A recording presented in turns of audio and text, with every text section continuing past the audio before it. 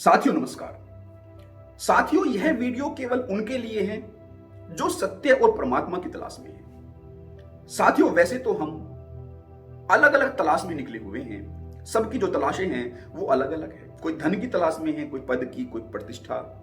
इस भांति से सबकी जो तलाश है वह अलग अलग है। और साथियों, हम इस तलाश में केवल इसी जन्म में हो ऐसा नहीं है। अनंत अनंत जन्मों से हमारी यह तलाश जारी है। लेकिन वह हमारी जो प्यास है इन तलाशों के माध्यम से पूरी नहीं हुई है। जब हम अनंत जन्म ले चुके होंगे और जब हम इन सभी जन्मों का निष्कर्ष निकालेंगे कि हमने सब कुछ पा लिया है, लेकिन उस पाने के बावजूद भी हमारी जो प्यास है वह ऐसी की ऐसी है, बुझी नहीं है, तब जाकर शायद हम अपने कदमों को उस परमात्मा की तरफ उठा पाएंगे। साथियों, हम भले ही कितने धनवान हो या कितने ही निर्धन हो, हम किसी न किसी तलाश में लगे रहते हैं। जो धनी होता है वह और ज्यादा धन की तलाश में होता है। जो निर्धन होता है वह जो उसके पास धन होता है उससे ज्यादा की तलाश में होता है। जो उसके पास पद होता है वह उससे अधिक बड़े पद की तलाश में होता है। तो हम सभी, चाहे हमारे पास धन किसी भी मात्रा में हो, चाहे हम धनी हो चाहे निर्धन, हम सभी दरिद्र होते हैं। हमारी जो तलाश है वह हमें दरिद्र बनाए रखती है। हमारी जो प्यास है, हमारी जो आकांक्षा है, हमारी जो वासनाएं हैं, उन वासनाओं के कारण हम जीवन पर्यंत दरिद्र ही रहते हैं। और साथियों, ये सब तलाश, जब हम इन सब तलाशों से अपने आप को भर लेने का प्रयास करते हैं, अपनी प्यास को बुझा लेने का प्रयास करते हैं, और जब अंत में पाते हैं कि ये सब तलाश हमारी प्यास को नहीं बुझा रही है, तब जाकर हमारे दिल पर चोट पहुंचती है और हम उस परम तलाश की खोज में निकलते हैं। लेकिन उस खोज में अनंत जन्म लग जाते हैं। और साथियों, ऐसा होता है कि जो समृद्ध समाज होता है उसमें से कुछ व्यक्तियों के लिए, क्योंकि उनके पास समृद्धि होती है, उस समृद्धि के बीच में होते हुए उन्हें महसूस होता है कि यह सब समृद्धि उनको, उनकी प्यास को पूरी नहीं कर पा रही है।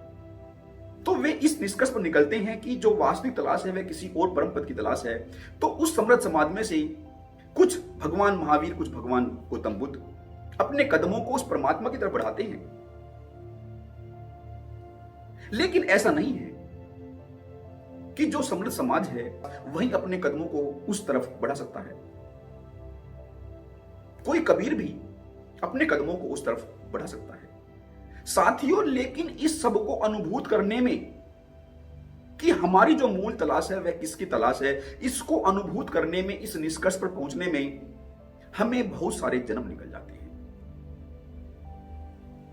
लेकिन यदि हम अभी भी अपने पूर्व जन्मों या इस समाज में का जो दृश्य है उसको देखकर यह समझ जाए कि ये जो तलाश हम कर रहे हैं ये कभी पूरी नहीं होगी, तो भी हम एक निष्कर्ष पर निकल सकते हैं। साथियों, जो अंगुलीमान है उसको परमात्मा तक पहुंचने में न जाने कितने गलत कर्मों से गुजरना पड़ा। साथियों, एक छोटी सी कहानी है, शायद उस कहानी के माध्यम से कोई अंगुलीमान उन कर्मों से बच जाए। साथियों, कहानी इस भांति से है कि एक राजा हुआ, उसके पास अपार संपदा थी। वह बहुत बड़े राज्य का राजा था और उसके 5 पुत्र थे। तो वह बहुत समय से उस अपने राज्य का राजा था और उसने कई सौ साल इस भांति से गुजार लिए थे।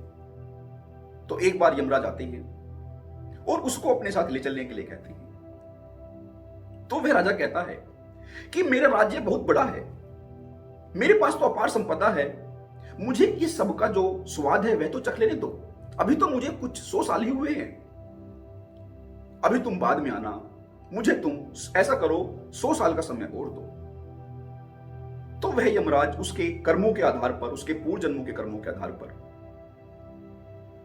उसको 100 साल का समय और दे देते हैं और फिर 100 साल बाद दोबारा आते हैं। तो उस राजा का दोबारा से यही उस यमराज से एक विनती होती है कि अभी तो मैंने केवल 200 साल ही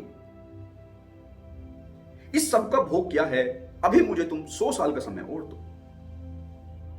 लेकिन यमराज इस बार नहीं मानते और यमराज कहते हैं कि इस बार तुम्हें मेरे साथ चलना ही होगा, लेकिन मैं तुम्हें छोड़ सकता हूं यदि तुम मेरे साथ अपने किसी एक पुत्र को भेज दो।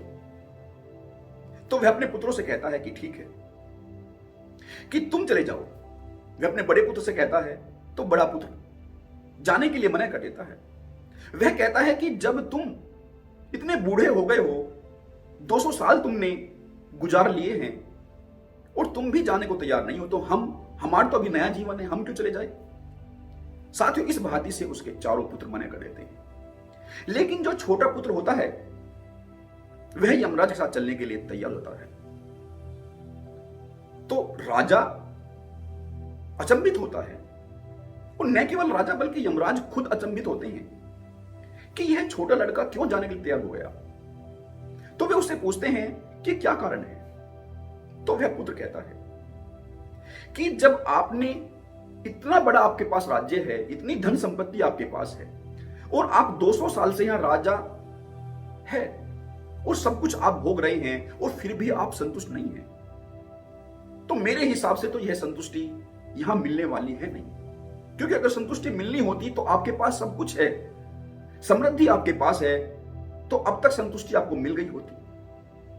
तो मेरे हिसाब से यहां संतुष्टि आपको नहीं मिलेगी, और जब यहां संतुष्टि मिलनी ही नहीं है तो फिर मैं अपना यहां जीवन खराब क्यों करूं। तो मैं आपके साथ चलने के लिए तैयार हूं। साथियों, इस भांति से वह बच्चा अपने आसपास के जो एक व्यवस्था थी उसको देखकर इस निष्कर्ष पर पहुंच गया कि यहां की जो छोटी मोटी हमारी वासनाएं हैं वे हमारी मूल प्यास नहीं है। मूल प्यास तो हमारी परमात्मा की प्यास है। और साथियों, इस भांति से जब हम अपने इस निष्कर्ष पर पहुंचते हैं कि जो हमारी ये छोटी मोटी प्यास है ये हमारी उस प्यास को पूरा नहीं करेगी, हमारी प्यास तो वास्तव में परमात्मा की प्यास है, तभी हम अपने कदमों को उस परमात्मा की तरफ बढ़ा पाते हैं। साथियों, ये हम पर निर्भर करता है कि हमें कितनी लंबी यात्रा करनी है, हमें अपनी यात्रा को छोटी करनी है या लंबी करनी है, यह हम पर डिपेंड करता है।